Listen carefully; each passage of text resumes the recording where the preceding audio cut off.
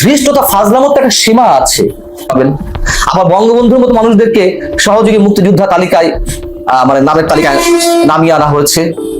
তাহলে বঙ্গবন্ধু এবং ডক্টর মোহাম্মদ ইউনূস সহপর্যায়ে চলে গেলেন এবং তিনি সহযোগী মুক্তিযোদ্ধা থেকে নতুন বাংলাদেশ বিনির্মাণের, কথিত বাংলাদেশ বিনির্মাণের যারা শক্তি, যে ছাত্ররা যাদেরকে বিপ্লবী হিসেবে উল্লেখ করা হচ্ছে, মাস্টার মাইন্ড হিসেবে উল্লেখ করা হচ্ছে, তাদের নেতা তো ডক্টর মোহাম্মদ ইউনূস। ঘোষণা করে ফেলা হতে পারে ডক্টর মোহাম্মদ ইউনূস নতুন বাংলাদেশের জনক। ডক্টর মোহাম্মদ ইউনূস নিজেকে নতুন বাংলাদেশের জনক হিসেবে ঘোষণা করতে পারেন।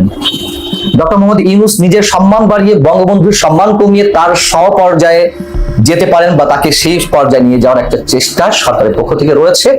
এটি আমাদের সামনে দিনে দিনে স্পষ্ট হচ্ছে। তিনি যে তার রিসেট বাটনের মাধ্যমে মুক্তিযুদ্ধের সব ইতিহাস মুছে ফেলার চেষ্টা করছেন, এরকম অভিযোগ দীর্ঘদিন ধরে রয়েছে।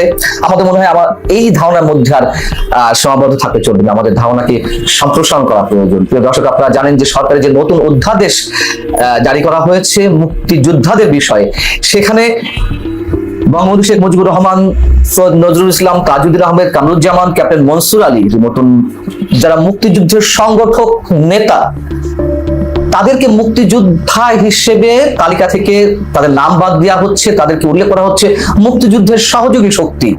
কি করবেন? জামাতে ইসলামীকে যুদ্ধাপরাধ সংগঠন হিসেবে তার বিচার করা হবে? নিশ্চয়ই খুব শীঘ্রই আমরা দেখতে পাবো নতুন কোন গেজেট প্রকাশ করা হয়েছে যেখান থেকে এই জামাতে ইসলামের নাম বাদ দিয়ে দেওয়া হচ্ছে।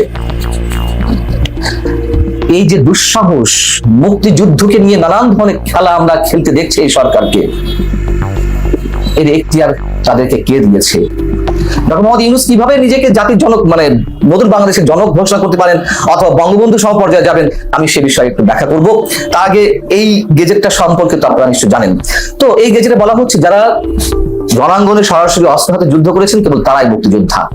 এখন বিএনপির প্রতিষ্ঠাতা জিয়াউর রহমান, সাবেক রাষ্ট্রপতি, তিনি তো অবশ্যই কমান্ডার ছিলেন, তার অকুতোভয় সাহস সম্পর্কে আমরা জানি, তিনি তো সেই হিসেবে মুক্তিযোদ্ধা। এই জন্য বিএনপি এখন কিছু বলবে না। তবে এগুলো যে আমাদের জন্য কতটা বুমেরাং তা বোধ হয় বিএনপি বুঝতে পারছে না।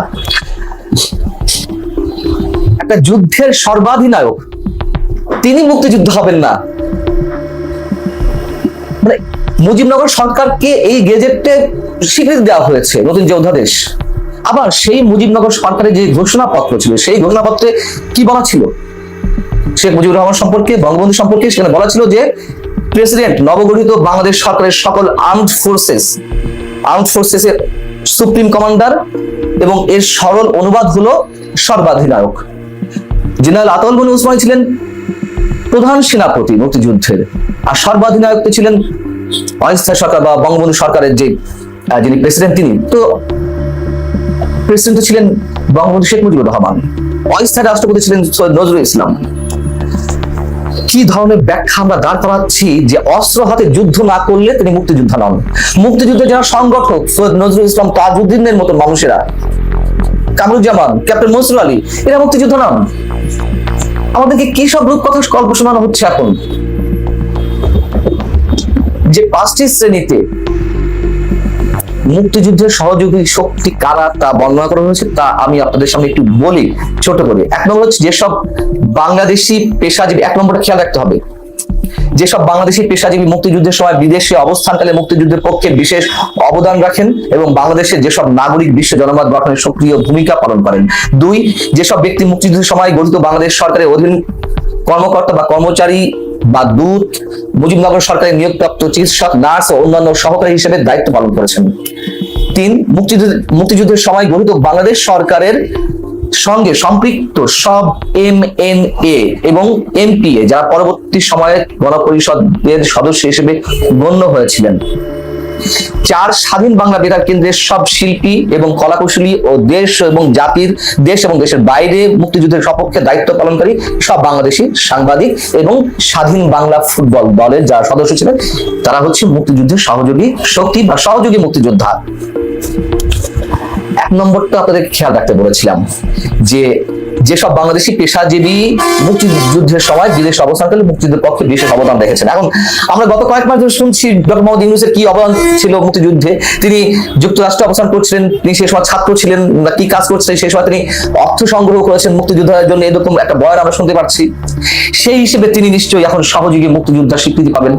আবার বঙ্গবন্ধুর মতো মানুষদেরকে সহযোগী মুক্তিযোদ্ধা তালিকায় মানে নামের তালিকায় নামিয়ে আনা হয়েছে, তাহলে বঙ্গবন্ধু এবং ডক্টর মোহাম্মদ ইউনূস সমপর্যায়ে চলে গেলেন এবং তিনি সহযোগী মুক্তিযোদ্ধা থেকে নতুন বাংলাদেশ বিনির্মাণে, কথিত বাংলাদেশ বিনির্মাণের যারা শক্তি, যে ছাত্ররা যাদেরকে বিপ্লবী হিসেবে উল্লেখ করা হচ্ছে, মাস্টার মাইন্ড হিসেবে উল্লেখ করা হচ্ছে, তাদের নেতা তো ডক্টর মোহাম্মদ ইউনূস। ঘোষণা করে ফেলা হতে পারে ডক্টর মোহাম্মদ ইউনূস নতুন বাংলাদেশের জনক। ফারুক আজম বর্তমান যে মুক্তিযোদ্ধা বিষয়ক উপদেষ্টা, তিনি তো ডক্টর মোহাম্মদ ইউনূসের যে বিশেষ বিশেষ এনজিও রয়েছে তার একটি কর্তৃত্বের অধিকারী এবং তাকে মুক্তিযুদ্ধ বিষয়ক উপদেষ্টা করা হয়েছে, মুক্তিযুদ্ধ বিষয়ক উপদেষ্টা। এই ফারুক আজম হতে পারেন তিনি বীর উত্তম বা বীর প্রতীক, কিন্তু আহমদ সফরের একটা কথা আছে, সব মুক্তিযোদ্ধাই সবসময় মুক্তিযোদ্ধা নয়, একজন রাজাকার সবসময় একজন রাজাকার। আমি আর এর চেয়ে বেশি কিছু বলতে চাই না।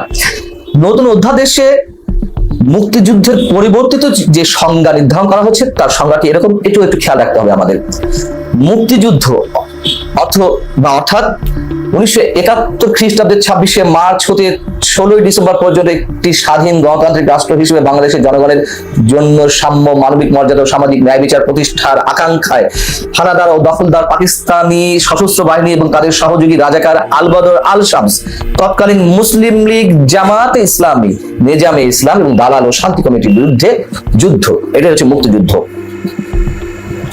এর আগে সরকার ঘোষিত যে মুক্তিযুদ্ধের সংজ্ঞায় যা বলা হয়েছিল, যে ব্যাপ্তি ছিল, তা এখানে অনেকটা কমিয়ে আনা হয়েছে। কিন্তু লক্ষ্য রাখার মতো বিষয়, এখানে জামাতে ইসলামী শব্দটা উল্লেখ করা হয়েছে, আর অনেকের মতন জামাতে ইসলামের বিরুদ্ধে যে যুদ্ধ সংগঠিত হয়েছে সেটাই মুক্তিযুদ্ধ। এইবার কি করবেন? জামাতে ইসলামী কি যুদ্ধাপরাধ সংগঠন হিসেবে তার বিচার করা হবে? নিশ্চয়ই খুব শীঘ্রই আমরা দেখতে পাবো নতুন কোন গেজেট প্রকাশ করা হয়েছে যেখান থেকে এই জামাতে ইসলামের নাম বাদ দিয়ে দেওয়া হচ্ছে। এই যে দুঃসাহস, মুক্তিযুদ্ধকে নিয়ে নানান ধরনের খেলা আমরা খেলতে দেখছি এই সরকারকে, এর এখতিয়ার তাদেরকে কে দিয়েছে? সুপ্রিম কোর্টের যে রেফারেন্সের মাধ্যমে এই সরকার গঠিত হয়েছে, যদিও সেটা নিয়ে এর মধ্যে বিতর্ক সৃষ্টি হয়েছে, সেটা অন্য বিষয়। তো সেই রেফারেন্সও বলা রয়েছে যে এই অন্তর্বর্তী সরকার কেবলমাত্র দৈনন্দিন কাজ পালন করবে। তাহলে এত বড় বড় ইস্যুতে কেন এই সরকারকে হাত দিতে হবে? এই সরকারে যারা উপদেষ্টা রয়েছেন তাদের কেউ কেউ মুক্তিযোদ্ধা হিসেবে স্বীকৃতি পেয়েছেন, যেমন ব্রতির নির্বাহী পরিচালক, এখন এই মুহূর্তে যিনি সমাজ কল্যাণ মন্ত্রণালয়ের দায়িত্বে, উপদেষ্টা দায়িত্বে রয়েছেন, শারমিন মুর্শিদ, তিনিও 71-এ রণাঙ্গনে গান গিয়ে বেরিয়েছেন, মুক্তিযোদ্ধাদের মনোবল বৃদ্ধি করেছেন, তিনি মুক্তিযোদ্ধা হিসেবে স্বীকৃতি পেয়েছেন। তার মুক্তিযোদ্ধা উপাধিতে থাকছে না, তিনি হয়ে যাবেন মুক্তিযুদ্ধের সহযোগী। প্রশ্ন করতে চাই, একজন মুক্তিযোদ্ধা হিসেবে বা মুক্তিযোদ্ধা উপাধির চেয়ে এটা সরকারের সামান্য একটা উপদেষ্টা পদ তাদের চেয়ে বড়? শারমিন মুর্শিদের সঙ্গে আমার খুবই ভালো সম্পর্ক, ব্যক্তিগত সম্পর্ক। তার উদ্দেশ্যে এই প্রশ্নটা আমি সবিনয় রাখতে চাই, কেন তারা এই ধরনের সিদ্ধান্তের বিরোধিতা করছেন না? এই যে বাজেট, এই বাজেটে একটি বিষয় সংযোজিত হয়েছে, আপনারা নিশ্চয়ই খেয়াল করেছেন, নোবেল পুরস্কারের অর্থ আয়কর মুক্ত থাকবে। নোবেল পুরস্কার সহ এরকম আরো 9টি পুরস্কার, যার মধ্যে রেমন ম্যাগসাইসাই পুরস্কার, বুকার পুরস্কার, Pulitzer, Simon Bolivar, Academy Award, Grammy, Emmy, Golden Globe, Cannes চলচ্চিত্র যে উৎসব, তার যে পুরস্কার, এগুলো আয়কর মুক্ত থাকবে। আচ্ছা, এটি সংযোজন করার কারণ কি? কি দরকার ছিল? এদেশে নোবেল পুরস্কার তো ডক্টর মোহাম্মদ ইউনূস পেয়েছেন গ্রামীণ ব্যাংকের সঙ্গে। তিনি, আমি যতদূর জানি, তার নোবেলের মাধ্যমে যে প্রাপ্ত অর্থ সেটির উপর কোনো আয়কর দেননি বা অব্যাহতি পেয়েছেন। নতুন করে এই যে পুরস্কারগুলো আয়কর অব্যাহতির কথা বলা হলো, কি কারণে, কি উদ্দেশ্যে? কারণ হচ্ছে এটি তার নোবেল নিয়ে যেন আর কোনো ভবিষ্যতে প্রশ্ন না ওঠে, অথবা তিনি যে নতুন নোবেল পাওয়ার চিন্তা ভাবনা করছেন, দেওয়া হতে পারে, পাশ্চাত্য শক্তি তাকে নোবেল, নতুন একটা নোবেল দিতে পারে, সেটি নিয়েও যাতে কোনো প্রশ্ন না ওঠে আগে থেকে এই ধরনের একটা বিষয় বাজেটের মধ্যে সংযোজন করা হলো। কত গভীর সব পরিকল্পনা নিয়ে সব করা হচ্ছে আমরা বুঝতে পারছি। সেই জায়গা থেকে বলছিলাম যে নোবেল পুরস্কার বা ম্যাগসাইসাই পুরস্কার, এরকম সব পুরস্কার আয়কর মুক্ত থাকবে, আগে থেকে সংযোজন করা হয়েছে। তাহলে আমরা খুব স্পষ্ট ধরে নিতে পারি ডক্টর মোহাম্মদ ইউনূসও সহযোগী মুক্তিযোদ্ধা হিসেবে স্বীকৃতি পেতে যাচ্ছেন, আর বঙ্গবন্ধুর যে স্ট্যাটাস সেটি নামিয়ে আনা হলো, সমপর্যায়ে নিয়ে যাওয়া হলো।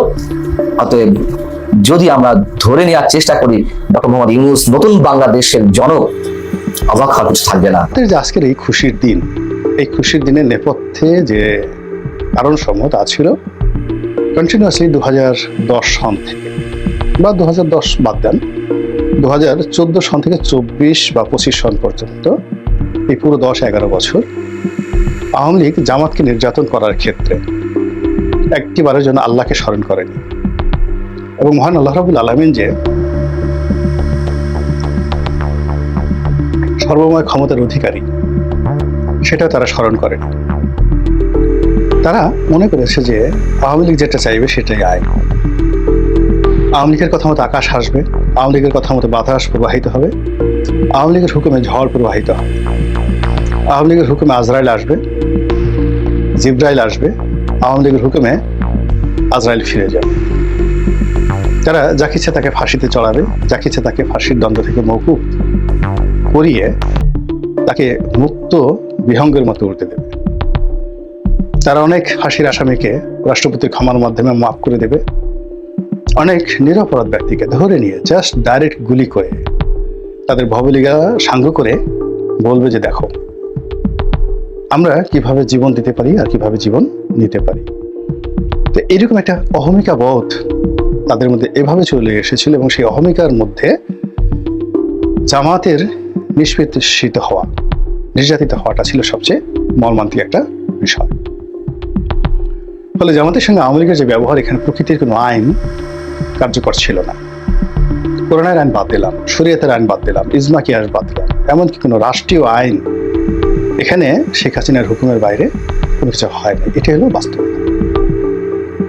ফলে আওয়ামী লীগের সেই খামখেয়ালি ঔদত্ত তার একটি প্রতিশোধ আল্লাহ রাব্বুল আলামিন এই জুন মাসের 1 তারিখে দিয়ে দিলেন।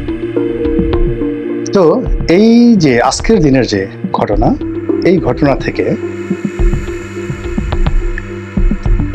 জামাত, বিএনপি, এনসিপি, ডক্টর ইউনূস সবারই শিক্ষা নিতে হবে। তারাও যদি সীমা অতিক্রম করে এবং তারাও যদি জুলুম অত্যাচার করতে গিয়ে আওয়ামী লীগের প্রতি ঠিক সেই আচরণ করে যে আচরণ আওয়ামী লীগ জামাতের উপর করেছিল। এখানে বোঝার চেষ্টা করুন যে আওয়ামী লীগ গত সেই 2009 থেকে আজ অবধি যে দুর্নীতি করেছে, যে অন্যায় করেছে, খুন, জখম, রাহাজানি, ধর্ষণ থেকে শুরু করে যা কিছু করেছে, তা যদি আরো 100 বছরও তারা চালায়, তবুও 1971 সনের 30 লক্ষ লোককে হত্যা, সেই হত্যার ধারে কাছে আওয়ামী লীগ যেতে পারবে না। কিংবা 2 লক্ষ মা বোনের ইজ্জত বা ধর্ষণ, এটি সম্ভব নয়। কিন্তু এত কিছু করার পরেও রাজাকার, আলবদর আর শামস তাদের ন্যায় বিচার পাওয়ার অধিকার ছিল, আল্লাহর পক্ষ থেকে ছিল।